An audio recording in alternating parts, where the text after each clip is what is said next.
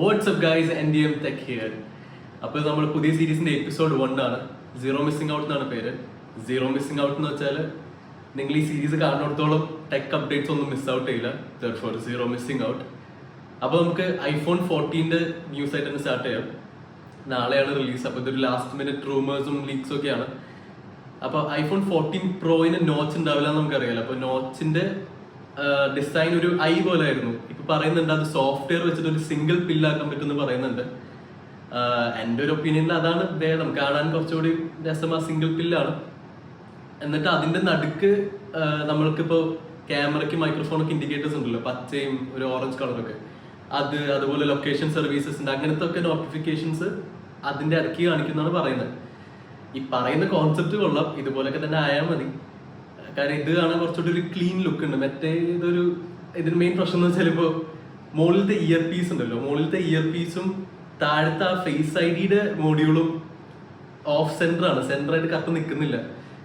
അപ്പോൾ അത് നമുക്കിങ്ങനെ ചിലപ്പോൾ കണ്ടുകൊണ്ട് ശീലമായിരിക്കും, പക്ഷെ ആദ്യമൊക്കെ ആയിട്ട് കാണുമ്പോൾ നമുക്ക് അത് എപ്പോഴും ഇങ്ങനെ ഇത്തിരി മിസ്സലനായിരിക്കുന്നത് ഇങ്ങനെ ശ്രദ്ധിച്ചുകൊണ്ടേയിരിക്കും. അപ്പൊ അതിന് പകരം ഇങ്ങനെ ഒരു സിംഗിൾ സംഭവം ആക്കുകയാണെങ്കിൽ അത് കറക്റ്റ് സെന്റർ ആയിട്ട് അലൈൻ ആയിട്ട് വരും. അപ്പൊ ആപ്പിളിന്റെ ഒരു സ്ഥിരം പരിപാടി വെച്ചിട്ട് അവർ ശരിക്കും അലൈൻ ചെയ്യേണ്ടതാണ്. കാരണം അവർ എല്ലാ കാര്യങ്ങളും ഇങ്ങനെ കൃത്യം മെഷർമെന്റ്സും കാര്യങ്ങളൊക്കെ നോക്കി ചെയ്യുന്ന ആൾക്കാരാണ്. ഇനി പ്രാവശ്യം ചേഞ്ച് വരുമെന്ന് അറിയില്ല, എന്തായാലും നാളെ രാത്രി അറിയാൻ പറ്റും. അപ്പൊ അതാണ് iPhone 14ന്റെ നോച്ചിന്റെ ഒരു അപ്ഡേറ്റ് ഉള്ളത്. അതുകൂടാതെ വേറൊരു അപ്ഡേറ്റ് വന്നിരിക്കുന്നത് ഈ നോച്ച് സ്വിച്ച് ചെയ്യാൻ പറ്റും എന്ന് പറയുന്നുണ്ട്. എന്ന് വെച്ചാല് ഇപ്പൊ ഇഷ്ടമുള്ളവർക്ക് വേണമെങ്കിൽ ആ ഐ ഷേപ്പ് തന്നെ ആക്കാം, അല്ലാത്തവർക്ക് അത് സിംഗിൾ പില്ലാക്കാം. ഈ ലീക്ക് എനിക്ക് തോന്നുന്നില്ല ഇത് നടക്കുന്നൊരു കാര്യമാണ്. കാരണം ആപ്പിൾ യൂഷ്വലി ഓപ്ഷൻസ് കൊടുക്കുന്ന ആൾക്കാരല്ല. പക്ഷെ അറ്റ് ദ സെയിം ടൈം നമ്മൾ ആലോചിക്കേണ്ടതെന്ന് വെച്ചാൽ അവരിപ്പോൾ ചെറുതായിട്ട് ഇപ്പോൾ iOS 16 ഒക്കെ ആയിട്ട് കസ്റ്റമൈസേഷൻസും കാര്യങ്ങളൊക്കെ എല്ലോ ചെയ്ത് വരുന്നുണ്ട്. അതുകൊണ്ട് ഇനി ഇങ്ങനെ ചെയ്യുമെന്ന് അറിയില്ല. പക്ഷെ നമുക്കൊക്കെ അറിയാവുന്ന ഒരു ആപ്പിൾ വെച്ചിട്ട് ചെയ്യില്ല. കാരണം അവര് കസ്റ്റമേഴ്സിന് ഓപ്ഷൻ കൊടുക്കാറില്ല. അവർ പറയുന്നതാണ് കസ്റ്റമേഴ്സിന്റെ രീതി എന്നാണ് അവരെപ്പോഴും അവർ ചെയ്യുന്നൊരു രീതി. അതുകൊണ്ട് ഉണ്ടാവും അറിയില്ല. ഇനിയിപ്പോൾ അവർ പുതിയ ഡയറക്ഷൻ ഇപ്പൊ ഈ കസ്റ്റമേഴ്സിന് കുറച്ചുകൂടി കസ്റ്റമൈസബിൾ ഓപ്ഷൻസ് ഒക്കെ കൊടുക്കുന്ന ഒരു രീതിക്കാണെങ്കിൽ നാളെ കണ്ടറിയേണ്ടി വരും. പിന്നെ പറയുന്നുണ്ട് ഇപ്പൊ iOS 16 ഇപ്പൊ ലേറ്റസ്റ്റ് ബെറ്റർ വെർഷനിൽ ബാറ്ററി പെർസെന്റേജ് ഇൻഡിക്കേറ്റർ കൊടുത്തിട്ടുണ്ടല്ലോ. അത് ഈ iPhone 14 പ്രോസിൽ പഴയ ബാറ്ററി പെർസെന്റേജ് ഇൻഡിക്കേറ്റർ ആയിരിക്കും എന്ന് പറയുന്നുണ്ട്. ഇതും എനിക്ക് വലുതായിട്ട് നടക്കും തോന്നുന്നില്ല. കാരണം അതിന്റെ അർത്ഥം 3 തരം ബാറ്ററി ഇൻഡിക്കേറ്റർ ഉണ്ടാവും. ഒന്നെന്ന് വെച്ചാൽ നമ്മൾ ഇപ്പൊ ഈ നോച്ച് വന്നേ പിന്നെ പെർസെന്റേജ് കാണിക്കില്ല, കൺട്രോൾ സെന്ററിൽ പോയാലേ കാണുള്ളൂ. അപ്പൊ ആ പെർസെന്റേജ് കാണിക്കാത്ത ബാറ്ററി ഇൻഡിക്കേറ്റർ ഒരെണ്ണം. പിന്നുള്ളതെന്ന് വെച്ചാൽ ഇപ്പൊ iOS 16 പുതിയതായിട്ട് വന്ന ബാറ്ററി ഇൻഡിക്കേറ്ററിന്റെ ഉള്ളിൽ തന്നെ നമ്പറിൽ എഴുതിയിട്ടുള്ള ഇൻഡിക്കേറ്റർ രണ്ടാമത്തത്. മൂന്നാമത്തെന്ന് പറയുന്നത് ഈ പഴയതുപോലെ. അങ്ങനെ ഒരു ഇൻകൺസിസ്റ്റൻസി ആപ്പിൾ ചെയ്യുന്ന എനിക്ക് തോന്നുന്നില്ല. അതുകൊണ്ട് അത് നടക്കുന്നൊരു കാര്യമായിരിക്കില്ല. പക്ഷെ ഇപ്പോ ഈ ഇൻഡിക്കേറ്ററിന്റെ കുഴപ്പം ഏതാണ്? ഇപ്പൊ പുതിയത് പറഞ്ഞ ഇൻഡിക്കേറ്ററിന്റെ കുഴപ്പം എന്ന് വെച്ചാൽ നമുക്കിപ്പോ യൂസ് ആയി പോയി. പെട്ടെന്ന് ബാറ്ററി പെർസെന്റേജ് ബാറ്ററി ഇൻഡിക്കേറ്റർ മാത്രം നോക്കിയിട്ട് നമുക്ക് എത്ര ബാറ്ററി ബാക്കി ഉണ്ടെന്ന് നോക്കുന്നത് യൂസ് ആയി പോയ കാരണം ഈ സാധനം നമ്പർ ഉള്ളത് കാണിക്കുമ്പോൾ ഫുൾ ടൈം മൊത്തം വെള്ളയും കത്തി ഫുള്ളായിട്ടാണ് നിൽക്കുന്നത്.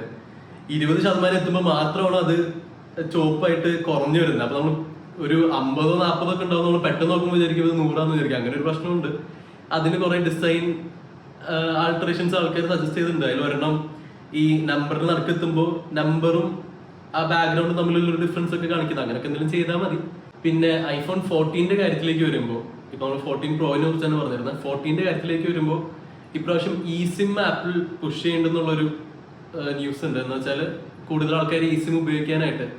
അപ്പൊ നമുക്കിപ്പോ US-ലൊക്കെ കാരിയറിൽ നിന്ന് ഫോൺ വാങ്ങിക്കുമ്പോൾ നോർമലി സിം കാർഡ് ഒക്കെ അവർ ബോക്സ് ഇതിനെ തരും, ലോക്ക്ഡ് ഫോണായിട്ട് വാങ്ങിക്കുമ്പോൾ. ഇപ്പൊ എന്ന് വെച്ചാൽ നമ്മൾ അങ്ങനെ വാങ്ങിച്ചാലും നമുക്കതൊരു eSIM ആക്ടിവേഷൻ ആയിരിക്കും, ഫിസിക്കൽ സിം ആയിരിക്കില്ല.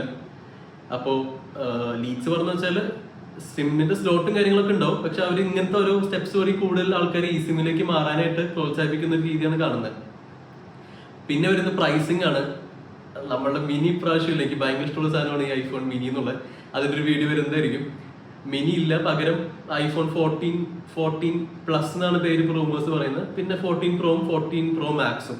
അപ്പൊ പ്രൈസ് നന്നായിട്ട് കൂടുന്നു പറഞ്ഞിരുന്നു. പ്രൈസ് കൂടാന്ന് വെച്ചാൽ ഇപ്പൊ പണ്ടൊക്കെ മിനി ഉണ്ടായിരുന്നപ്പോ $699 മിനി, പിന്നെ $799 സാധാ iPhone 13, പിന്നെ അങ്ങനെ പ്രോ മാക്സ് പോയിക്കൊണ്ടിരുന്നത്. ഇപ്പൊ മിനി കളയുന്ന കാരണം സ്റ്റാർട്ടിങ് തന്നെ ഇത്രയും കൂടും എന്നുള്ളൊരു സംഭവം ഉണ്ടായിരുന്നു. പക്ഷെ ഇപ്പൊ റൂമേഴ്സ് ഉണ്ട് $749 എന്ന് വെച്ചാൽ $750 നിന്നാണ് iPhone 14 സ്റ്റാർട്ട് ചെയ്യാൻ പോണത്. അങ്ങനെ നോക്കുമ്പോൾ ടെക്നിക്കലി ചീപ്പറാണ്. ബിക്കോസ് ഇപ്പൊ കഴിഞ്ഞ കൊല്ലം ഐഫോൺ 13 $800 കൊടുത്തിട്ടാണ് ഐഫോൺ 13 വാങ്ങിച്ചിരുന്നത്. പക്ഷെ ഇപ്പോൾ ആ സെയിം സൈസുള്ള ഐഫോൺ 14 നമുക്ക് $750, $50 കുറവിന് വാങ്ങിക്കാൻ കിട്ടും. എന്നിട്ട് അപ്പൊ 750, 850 അങ്ങനെ അങ്ങനെ പോകും. 850 പ്ലസിന് അങ്ങനെ അങ്ങനെ മുകളിലേക്ക് പോകും എന്നാണ് പ്രൈസിങ്ങിന് വന്നിട്ടുള്ളത്. പിന്നെ ആപ്പിൾ വാച്ചിലേക്ക് വരുമ്പോൾ ആപ്പിൾ വാച്ച് ഇപ്പോൾ 2 ആപ്പിൾ വാച്ച് ഉണ്ടാവും പറയുന്നുണ്ട്. ഒന്നൊരു നോർമൽ ആപ്പിൾ വാച്ച് സീരീസ് 8ഉം പിന്നെ ആപ്പിൾ വാച്ച് പ്രോ ഉണ്ടാവും പറയുന്നുണ്ട്.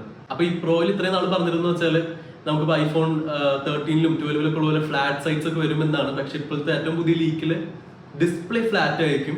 അപ്പൊ ഇത് ബേസിക്കലി ഒരു കേസിന്റെ ലീക്കും പിന്നെ ഒരു ക്യാഡ് റെൻഡറുമാണ് നമുക്കുള്ളത്. അപ്പൊ ഇതിൽ കാണാൻ പറ്റുന്ന വെച്ചാൽ സൈഡ് കേർവ് തന്നെ ആയിരിക്കും. പക്ഷെ ആ ബട്ടൺസിന്റെ ഹൗസിംഗ് ഇപ്പോൾ ഈ ആപ്പിൾ വാച്ച് യൂസ് ചെയ്യുന്നവർക്ക് അറിയാം ഏറ്റവും ഒരു ബുദ്ധിമുട്ടെന്ന് വെച്ചാൽ നമ്മളിപ്പോൾ എക്സസൈസ് ഒക്കെ ചെയ്യുമ്പോൾ ഈ ഡിജിറ്റൽ ക്രൗൺ ഇങ്ങനെ അറിയാണ്ട് ക്ലിക്കായി പോകും. പലരും അതിങ്ങനെ തിരിച്ച് കെട്ടി വെക്കാറുണ്ട്.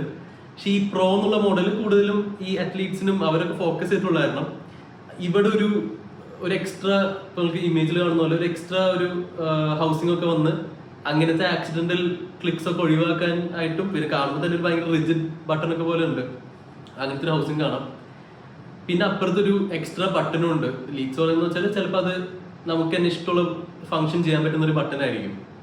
അങ്ങനെയാണ് ആപ്പിൾ വാച്ച് പ്രോയിന്റെ റൂമേഴ്സ് വരുന്നത്. പിന്നെ എയർപോർട്സ് പ്രോ 2വിന്റെ ഒരു ക്യാഡ് റെൻഡർ വന്നിട്ടുണ്ട്. അപ്പൊ ഇതില് നമുക്ക് സ്പീക്കർ ഹോൾസ് കാണാം. അപ്പൊ ഒരു റൂമറാണ് ഈ ഫൈൻഡ് ഐഫോൺ ഉണ്ടല്ലോ ഓർ ഫൈൻഡ് മൈ എന്നുള്ള ആപ്പ് ഉണ്ടല്ലോ, അതിൽ നമുക്ക് ഇപ്പൊ ഇനി കേസും കണ്ടുപിടിക്കാൻ പറ്റും. ഇത്രയും നാളെന്ന് വെച്ചാൽ കേസ് നമുക്ക് കണ്ടുപിടിക്കാൻ പറ്റില്ല. എയർപോർട്സ് മാത്രം ഇയർബഡ്സ് മാത്രം ഇങ്ങനെ ഒരു ഹൈ ഫ്രീക്വൻസി ശബ്ദം ഉണ്ടാക്കും, അതിൽ നമുക്ക് കണ്ടുപിടിക്കാൻ പറ്റുന്നതാണ്. ഇനി മുതൽ കേസ് അടക്കം കണ്ടുപിടിക്കാൻ പറ്റും. കാരണം കേസിന് സ്പീക്കർ ഉണ്ട്. അപ്പൊ സ്പീക്കർ വെച്ചിട്ട് കുറച്ചുകൂടി ലൗഡ് ആയിരിക്കും. കാരണം ഇപ്പോ നമുക്ക് പാട്ട് കേൾക്കുന്ന അതേ സ്പീക്കറിന് ഒരു ഹൈ ഫ്രീക്വൻസി വെച്ചിട്ടാണ് അവർ ആ ശബ്ദം പുറത്തേക്ക് അത്രയും കേൾപ്പിക്കുന്നത്. ഇതൊരു പ്രോപ്പർ സ്പീക്കർ ആയിരിക്കും. അപ്പൊ അതിന്റെ അർത്ഥം അത്രയും ശബ്ദം ഉണ്ടാവും. ഇങ്ങനെയൊക്കെയാണ് നമ്മളുടെ ആപ്പിൾ വേൾഡിലത്തെ ന്യൂസ് വരുന്നത്. ഇനി ആൻഡ്രോയിഡ് സൈഡിലേക്ക് വരുമ്പോൾ സാംസങ് ഒരു ഹാക്ക് ഉണ്ടായിരുന്നു യൂസേഴ്സിന് നോട്ടിഫൈ ചെയ്തിട്ടുണ്ട്. മെയിൻലി US യൂസേഴ്സിനാണ് ഇത് എഫക്ട് ചെയ്തിട്ടുള്ളത്. സാംസങ് പറയുന്നത് വെച്ചാൽ ഫൈനാൻഷ്യൽ ഇൻഫർമേഷൻ ഒന്നും ലീക്ക് ആയിട്ടില്ല എന്നൊക്കെയാണ് പറയുന്നത്. സോ അങ്ങനെ ഒരു സംഭവം ഉണ്ടായിട്ടുണ്ട്. പിന്നെ സാംസങ് പുതിയ ടാബ് ഇറക്കിയിട്ടുണ്ട്. സാംസങ്ങിന് ഒരു ആക്റ്റീവ് സീരീസ് ഉണ്ട്. എന്ന് വെച്ചാൽ ഈ കൺസ്ട്രക്ഷൻ അല്ലെങ്കിൽ അങ്ങനത്തെ ഒക്കെ എന്താ പറയാ അങ്ങനത്തെ ഒരു എൻവയോൺമെന്റ്സിൽ വർക്ക് ചെയ്യാൻ വേണ്ടിയിട്ട് അവർക്കൊരു ഡിവൈസിന്റെ ഒരു ലൈനപ്പ് ഉണ്ട്. അപ്പൊ ഫോൺ ഉണ്ട്, ഇപ്പൊ ടാബ്ലറ്റ് ഉണ്ട്. അപ്പൊ ഈ ടാബ്ലറ്റ് ലൈനപ്പിന്റെ പുതിയത് കൊണ്ടുവന്നിട്ടുണ്ട്. ഇതിന് മിലിറ്ററി ഗ്രേഡ് സർട്ടിഫിക്കേഷനും അപ്പോൾ വാട്ടർ റെസിസ്റ്റൻസും ഡസ്റ്റ് റെസിസ്റ്റൻസും അങ്ങനത്തെ കുറെ കാര്യങ്ങളൊക്കെ ഉള്ള ടാബാണ്. ഇതിന്റെ പേര് ഗാലക്സി ടാബ് ഫോർ ആക്റ്റീവ് എന്നാണ്. പിന്നെ ഗൂഗിളിന്റെ സ്ഥിരമായ ലീക്ക് പരിപാടി ഇപ്രാവശ്യം ഉണ്ട്. ഗൂഗിള് സത്യം പറഞ്ഞ ലീക്ക് ചെയ്ത് ഇപ്രാവശ്യം 7 ഒക്കെ നേരത്തെ ഡിസൈൻ ഒക്കെ അനൗൺസ് ചെയ്തതുകൊണ്ട് ഇനി ഇപ്പൊ ഡിസൈൻ കണ്ടില്ല എന്നുള്ളൊരു കാര്യം വേണ്ട. പക്ഷെ നമുക്ക് സ്ഥിരം വരുന്ന അൺബോക്സിംഗ് വീഡിയോസ് ഇപ്രാവശ്യം വന്നിട്ടുണ്ട്. ഇത്രയും നാൾ നമ്മൾ കണ്ട വീഡിയോസിലൊന്നും ഗൂഗിളിന്റെ ലോഗോ കാണിക്കാറുണ്ടായിരുന്നില്ല. അതിങ്ങനെ ഒരു സ്ക്വയർ അവിടെ വെച്ച് ഇങ്ങനെ ഒട്ടിച്ച് വെച്ചിരിക്കുന്നു, ഒരു ടേപ്പ് വെച്ച് ഒട്ടിച്ച് വെച്ചിരിക്കുന്നു. പക്ഷെ ഇതിലെന്ന് വെച്ചാൽ നമുക്ക് എല്ലാം കാണാം, ഗൂഗിൾ ലോഗോ എല്ലാം കാണാം ഈ വീഡിയോയില്. അപ്പൊ ഇതൊരു പുതിയ വീഡിയോ ആണ് 7 പ്രോന്റെ അൺബോക്സിംഗ് കാണിക്കുന്നത്. പിന്നെ പിക്സലിന്റെ ഫോൾഡ് വരുന്നു പറയുന്നുണ്ട്. അത് 2021 വരും പറഞ്ഞു, പിന്നെ ഉണ്ടാവില്ല എന്ന് പറഞ്ഞു. ഇക്കൊല്ലം ഇപ്പൊ വരും ഉണ്ടാവില്ല എന്ന് പറഞ്ഞ് പിന്നെ ഇപ്പൊ 23 വരുമെന്ന് പറയുന്നുണ്ട്. അതെന്തായാലും കണ്ടറിയേണ്ടി വരും. സോണിയിലോട്ട് വരുമ്പോൾ സോണി പുതിയ ഫോൺ ഇറക്കിയിട്ടുണ്ട്, സോണി Xperia 5 Mark 4. അപ്പൊ അത് നമുക്കൊരു Xperia 1 Mark 4 അടിപൊളിയായിരുന്നു. പക്ഷെ അതിന്റെ പ്രൈസ് ഇത്തിരി കൂടുതലായിരുന്നു. $1600 ആയിരുന്നു അതിന്റെ പ്രൈസ് വന്നിരുന്നത്. ഇത് $1000 വരുന്നത്. ഇതിന്റെ ചെറിയ അതുകൊണ്ട് തന്നെ ഡൗൺ ഗ്രേഡ്സ് ഉണ്ട്. ഫോൺ സൈസ് തന്നെ മൊത്തത്തിൽ കുറവാണ്. പിന്നെ ക്യാമറയുടെ കാര്യത്തിൽ വരുമ്പോൾ 312 MP ക്യാമറ വരുന്നത്, ടെലിഫോട്ടോയും വൈഡും അൾട്രാ വൈഡും. പിന്നെ ഡിസ്പ്ലേ വരുമ്പോൾ മറ്റേത് 4K ഡിസ്പ്ലേ ആണിത്. 4K ഡിസ്പ്ലേ അല്ല, 1080p ഡിസ്പ്ലേ ആണെന്നാണ് എൻ്റെ വിശ്വാസം. പിന്നെ ഫോണുകളുടെ ബോക്സിൽ നിന്ന് ചാർജർ എടുത്ത് കളയുന്ന കൂട്ടത്തിൽ ഓപ്പോയും കൂടി കയറാൻ പോവാണ്. അപ്പോൾ ഓപ്പോ ഇനി വരാൻ പോണ ഫോൺസിൽ മൊത്തത്തിലായിരുന്നെങ്കിലും പതുക്കെ അവരിനി ഫോൺസിൽ നിന്ന് ചാർജേഴ്സ് ഒഴിവാക്കുന്ന പറയുന്നത്. പിന്നെ ഓപ്പോ ഒഴിവാക്കുന്ന സ്ഥിതിക്ക് OnePlusഉം ഒഴിവാക്കുന്നുള്ളത് ഉറപ്പാണ്. കാരണം ഓപ്പോ OnePlus ഇപ്പോൾ ഓൾമോസ്റ്റ് സെയിം ആണ്. അതുകൊണ്ട് ഓപ്പോ ഒഴിവാക്കുന്ന സ്ഥിതിക്ക് OnePlusഉം ഒഴിവാക്കും എന്നാണ്. ഒഴിവാക്കാണ്ടിരിക്കുകയാണെങ്കിൽ അത്രയും ഭേദം. പക്ഷെ ഒഴിവാക്കുന്നത് തോന്നുന്നു. പക്ഷെ ഇതെന്താ വെച്ചാൽ ഇവരുടെയൊക്കെ ഈ അൾട്രാ ഫാസ്റ്റ് ചാർജേഴ്സ് ഒക്കെ നമ്മളിനി വേറെ സെപ്പറേറ്റ് വാങ്ങിക്കേണ്ടി വരും. മറ്റേന്ന് വെച്ചാൽ ബോക്സിൽ തന്നെ ഈ 65 വാട്ടിലൊക്കെ ചാർജർ കിട്ടിയിരുന്നു. ഇപ്പൊ അത് വേറെ വാങ്ങിക്കേണ്ടി വരും. അപ്പൊ ഇതൊക്കെയാണ് എപ്പിസോഡ് 1 ന്യൂസസ് ഉള്ളത്. ഇനിയും പുതിയ അപ്ഡേറ്റ്സ് ആയിട്ട് എപ്പിസോഡ് 2 വരുന്നതായിരിക്കും. ഇതിൽ എന്തെങ്കിലും എന്താ പറയുക ഇംപ്രൂവ്മെന്റ്സ് ഒക്കെ ചെയ്യണമെങ്കിലും കമന്റ് ചെയ്താൽ മതി. So that's it for today guys, and see you guys in the next one. വേറൊരു കാര്യം പറയാൻ മറന്നു വെച്ചാൽ ഇതിന്റെ ഷോർട്സും ഇൻസ്റ്റഗ്രാം റീൽസും ടിക്ടോക്കിലും അവൈലബിൾ ആയിരിക്കും.